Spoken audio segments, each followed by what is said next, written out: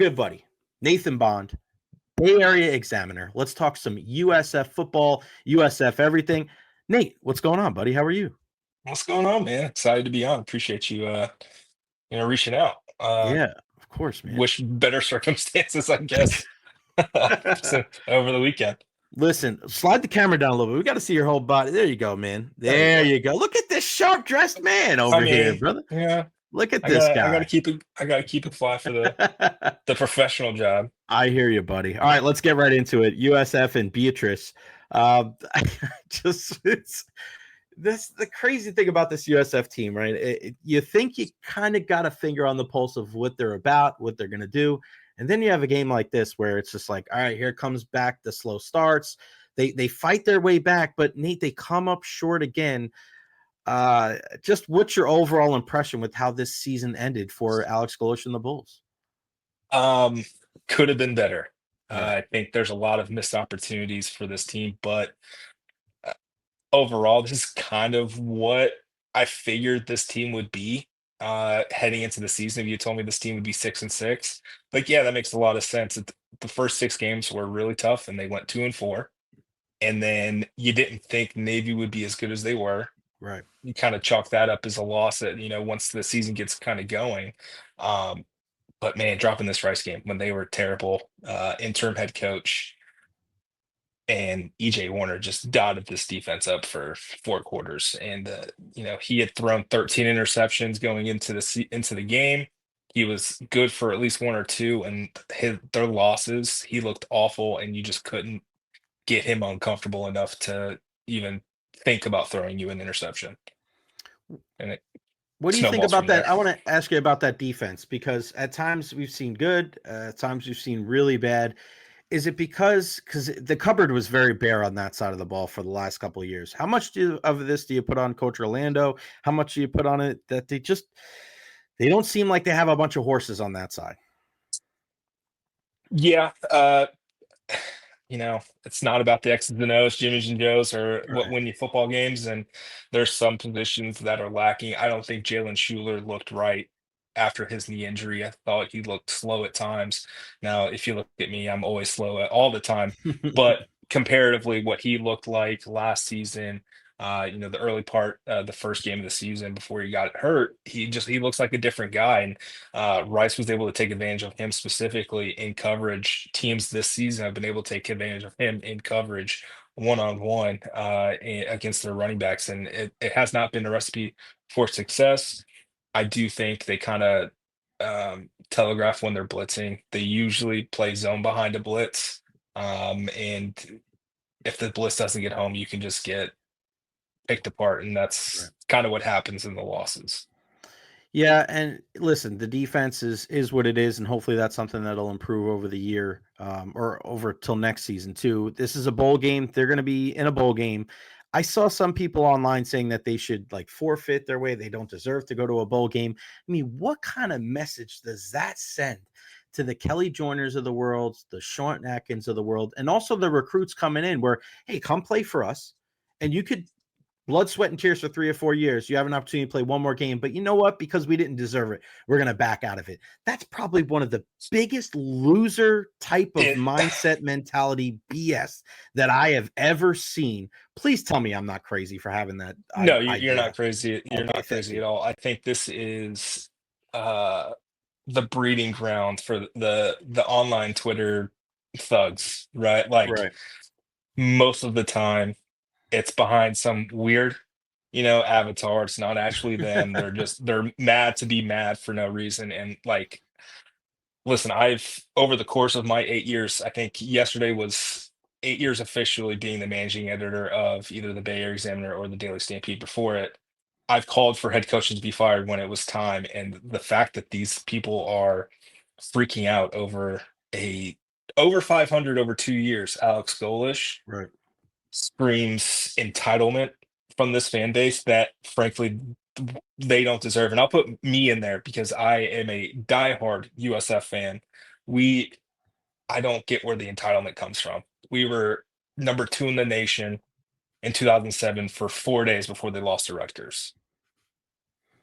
This team has not consistently put together competent conference seasons, yeah, you get your big ones against Florida State, Notre Dame. Awesome, great job. You compete against Alabama the last couple of years, but they don't win conference games. They don't win the games that matter. And it's not just an Alex Golesh thing, it's a program historic thing. Jim Leavitt was the same way. You would win the big September games, the team would crumble in October. Skip Holtz, Willie Taggart, Charlie Strong, Jeff Scott didn't win anything. Yeah. So, so I get the frustration that people think this team should be better. But when you look around the conference and like we're exactly where USF is supposed to be. If they were any better, they'd be in a better conference, but you're not. So here you are, deal with it.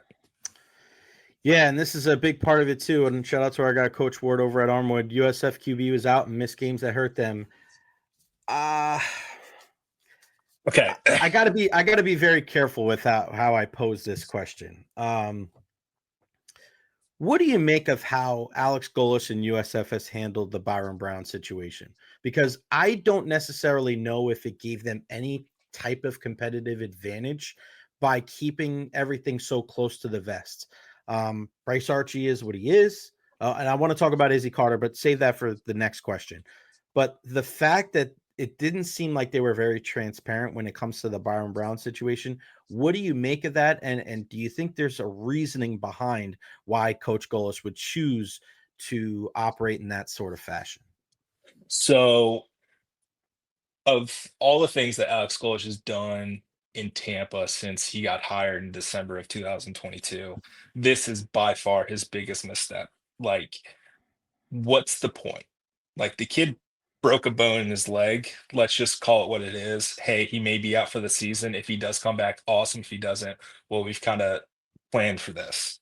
Um, the cloak and dagger the week after the injury saying, oh, he's been practicing this week for Memphis during the hurricane, like the lead up to the hurricane game. No, he wasn't.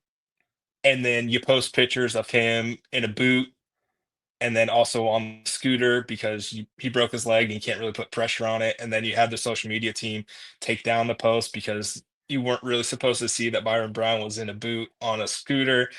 It was just one misstep after another from the staff on this particular situation. I think they've done a great job recruiting. They've done it.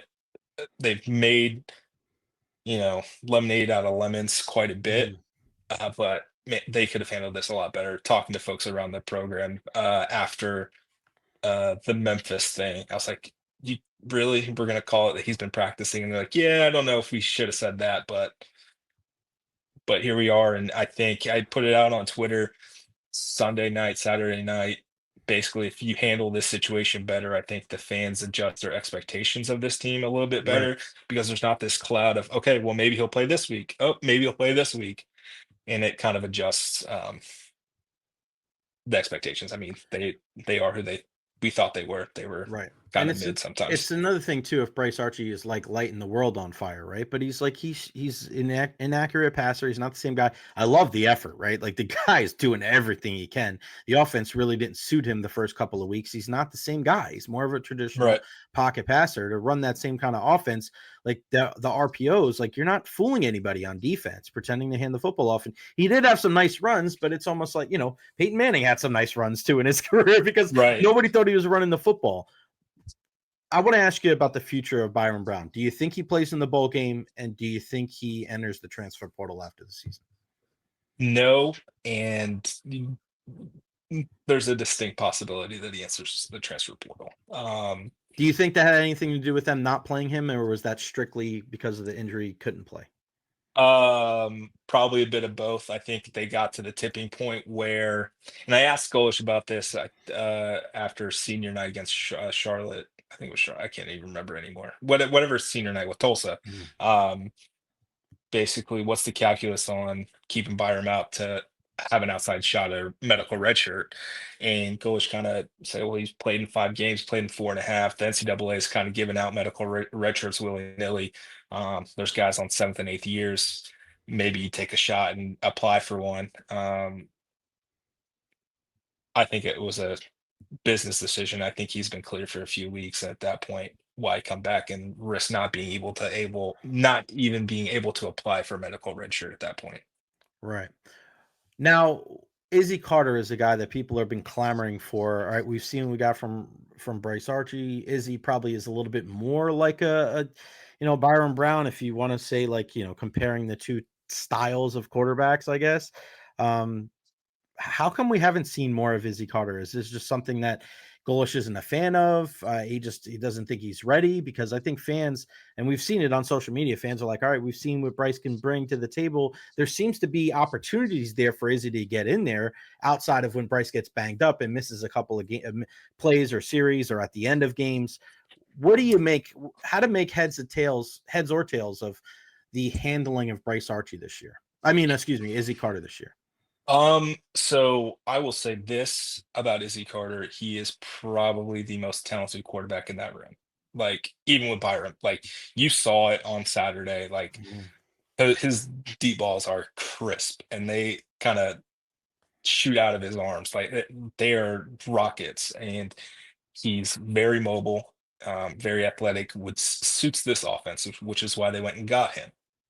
However, you got to practice that way to be able to get on the field. There, from what I've been told, there's a few instances where he's just not putting in the proper amount of effort week in, week out. Now, I could be being misled, but there was also he was game a couple weeks ago. I think it may have been the Charlotte game. Um, they go up big. He comes in for a final series in the fourth quarter, runs out of bounds late in the game instead of trying to get down, keep the clock running. There's a false start. There's a delay game penalty because he's not in the right spot. They put Bryce Archie back in to finish the game off. Um, but those kind of situations are why Bryce Archie was starting over Izzy Carter. Right. Again, he's still the most talented kid in that QB room, but he's got to be more consistent. What do you make of the rest of this season, as far as, like, where do you think they're going to go for a bowl game? Do you think guys are going to opt out? Like, how do you see, it's great that they are playing a bowl game. Hell, we went through the Jeff Scott years, but how do you see the next few weeks going, Nathan? Is this going to be kind of like a crescendo, an ascent? We're seeing some of these guys and sending them off on a high note, or do we see, I don't want to say a mass exodus, I think it's a little bit too dramatic, but do we see some guys opt out, transferring? Like, how do you think the next couple of weeks are going to go? Yeah, I think Cure Bowl or Boca are distinct possibilities for this team. I think if they'd beaten Rice, Hawaii was an option, Frisco, somewhere along those lines, but I don't think that's going to be an option anymore. Um, Probably going to stay locally. Uh, as to the mass exodus opt out question, I don't think we'll see many opt outs. USF is not at the level where it really matters. Like, frankly, the guys who are leaving are not NFL guys, Right. so I don't think you really have to worry about that. Now, to the mass exodus, I think across college football, I know Matt Rule's talked about it in Nebraska. We are going to see so many more players in the transfer portal portaling out just due to the House, committee, whatever you want, the House resolution, um, basically stipulating that no more walk-ons, essentially. The SEC did say that they're going to stay at 85 scholarships, 20 walk-ons, basically capping the number on a team at 105. USF, I believe, has 128 guys on their roster, so there's going to be a lot of guys out, and that's more of a trickle down effect as well. Mhm. So the P4s are going to go G5s. The lower P4s will go G5, high P4s will go lower P4. Like, we're going to Right. see it on down. There's going to be a few thousand kids without a place to play football next season, or they're gonna have to go like NAIA, Division 3, Division 2, like the lower down FBS you get. It's going to be an interesting December, January, February for a lot of college football teams, not just USF. So I do want to make sure that people know, like, yeah, there's going to be some guys portaling, but um, over the last couple of years, there haven't been a lot of guys who have entered the portal that the staff was like, dang, I wish he stayed. Yeah. What do you, So real quick before I let you go, what did you think of Gus Malzahn leaving? And I know some people are like, Alex Golesh is going to go down the road to UCF. I mean, I don't see that happening, but if that no, happened, I'm just like, that would be the craziest thing. You want to talk about Bay Area Examiner, more people going to your site than any other yeah. town. That might be it. Um, I don't see it happening, but what do you make of Gus leaving and heading up to Tallahassee? like I don't understand Florida State basically becoming the U.S. government and bailing out UCF from that contract. Yeah, Like that was an albatross of a contract for Central Florida, and you basically just give them a get out of jail free card. And over the years, we have the Bay Area Examiner, the Daily Stampede. We have been the strongest proponents that Central Florida has the biggest horseshoe up their butt. It like right, this, like it makes no sense how they keep getting away with it, and they just got away with another heist. Like how do you let another team that competes in a P4 conference get out of that contract? Like you're right. trying to cripple your in-state rivals. Don't let them out. And I know Mike Norvell and Gus go back to like Tulsa, like 2007, 2006 timeframe, so they know each other.